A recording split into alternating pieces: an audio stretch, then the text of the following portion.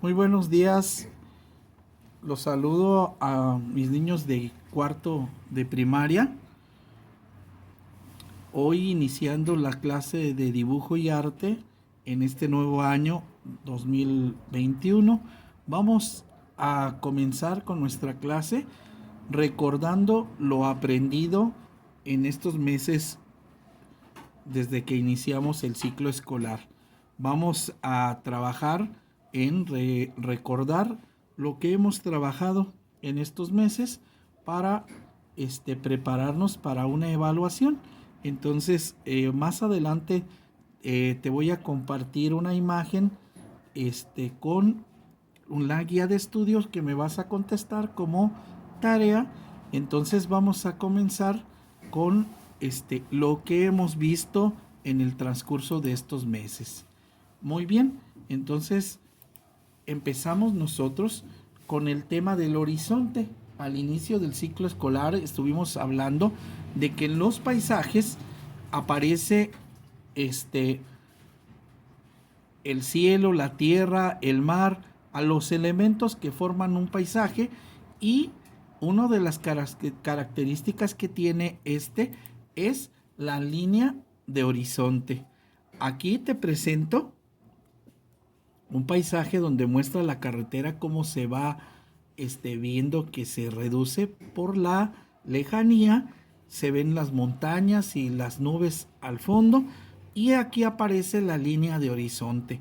En el ejercicio que hacíamos de tarea era dibujar con una línea horizontal, por eso es horizonte, una línea acostada, donde se demarca el horizonte en los dibujos. Entonces, en los dibujos aquí ya no es la tierra, es en la playa. Se ve que en el horizonte se va metiendo la luna. Aquí te presento este dibujo y su horizonte lo marca esta línea roja. ¿Se alcanza a distinguir?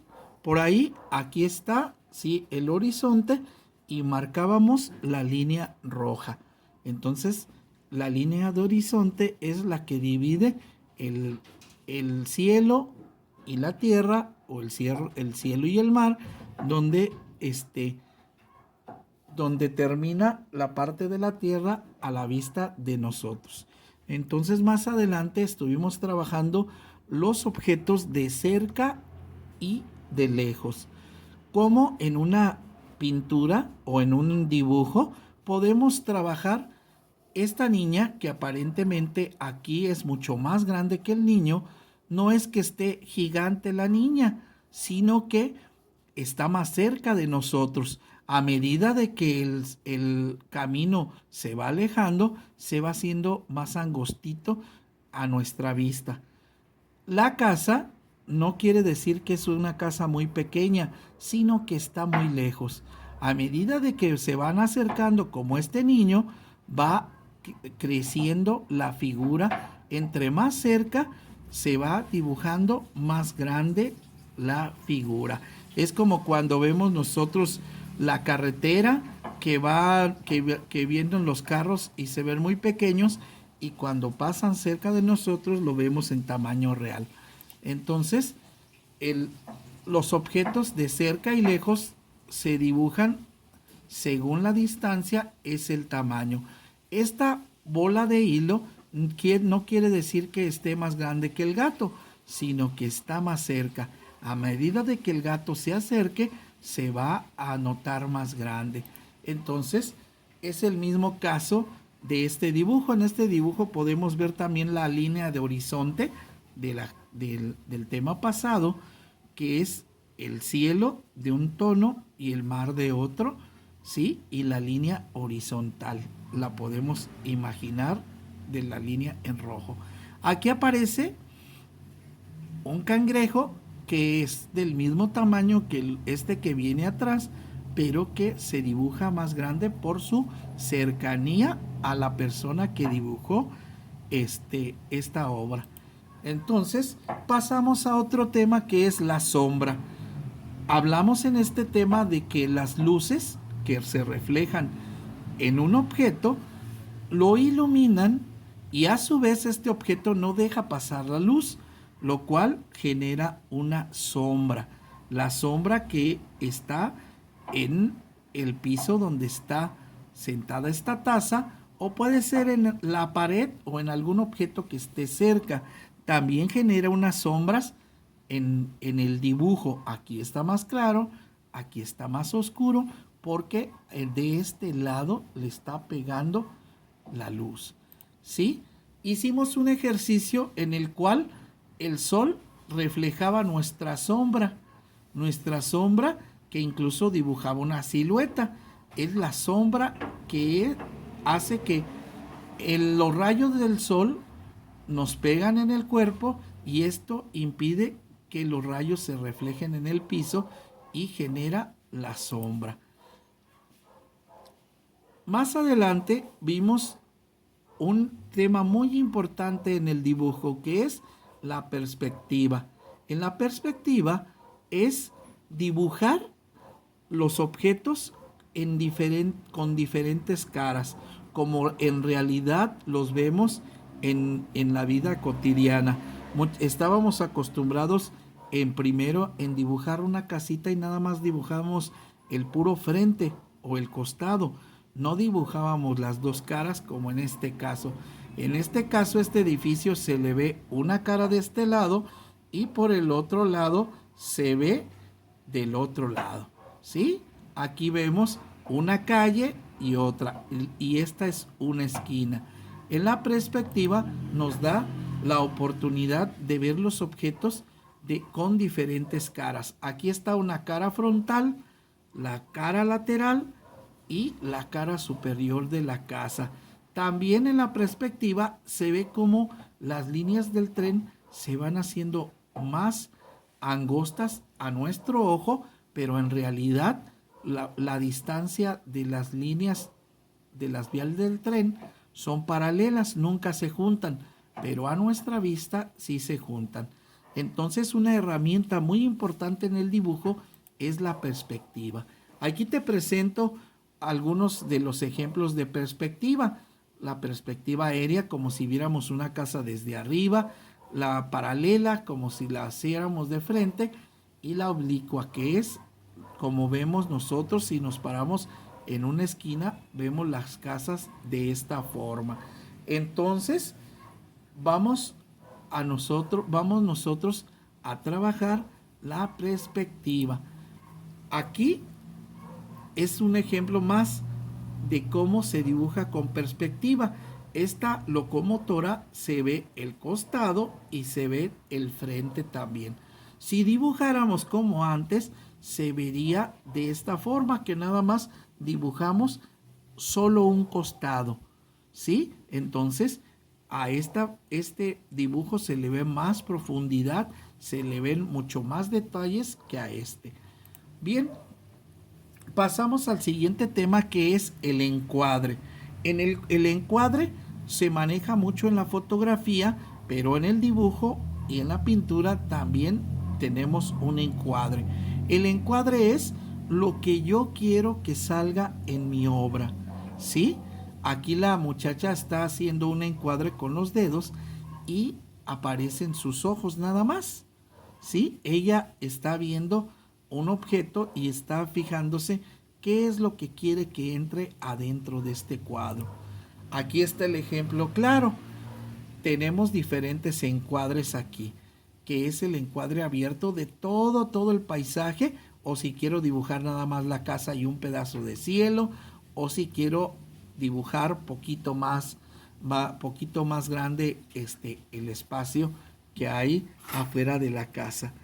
Tenemos el encuadre abierto, que es dibujar un paisaje a lo más extenso que pueda. Aquí aparece el barco, pero aparece todo el paisaje abierto, ¿sí? Un paisaje completo.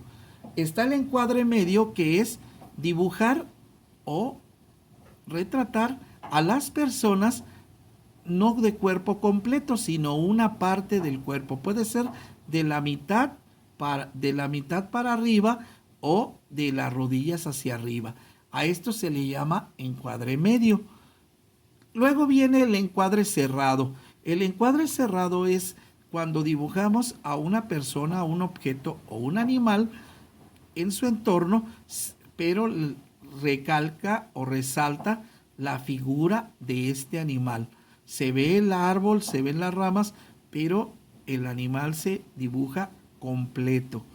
Y está por último el encuadre de close-up o el encuadre super cerrado, que es tomarnos una foto o hacer un dibujo de un detalle de la cara. Es como cuando se toman una selfie en el celular. Entonces el encuadre de close-up nos marca mucho los detalles. En este caso, la persona quiso remarcar los ojos. Solo los ojos y una parte de la cara aparece en este encuadre. Pasamos al siguiente tema y hablamos del balance. El balance en una obra es hacer un equilibrio en toda la hoja. Si vemos, aquí están dos personas, como en la mitad de la hoja están parados sobre una esfera, y si esa esfera estuviera más cargada de un lado, las personas se caerían.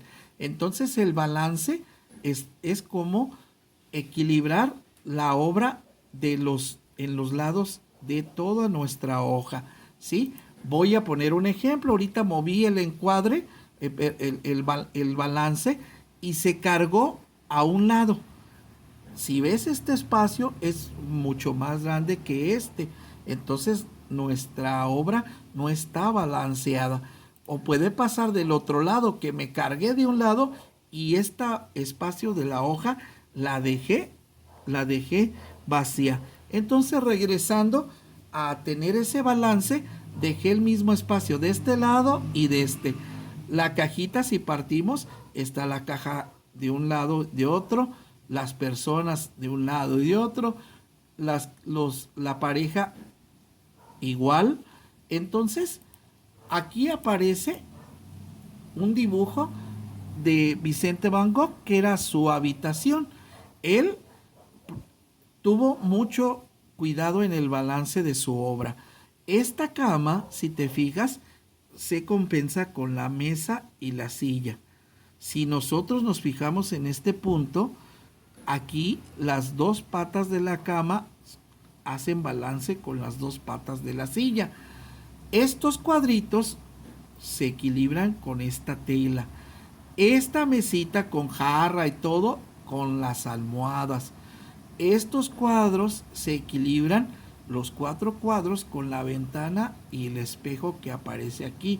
Entonces, este pintor, si te fijas, aquí aparece una puerta y del otro lado también aparece otra puerta.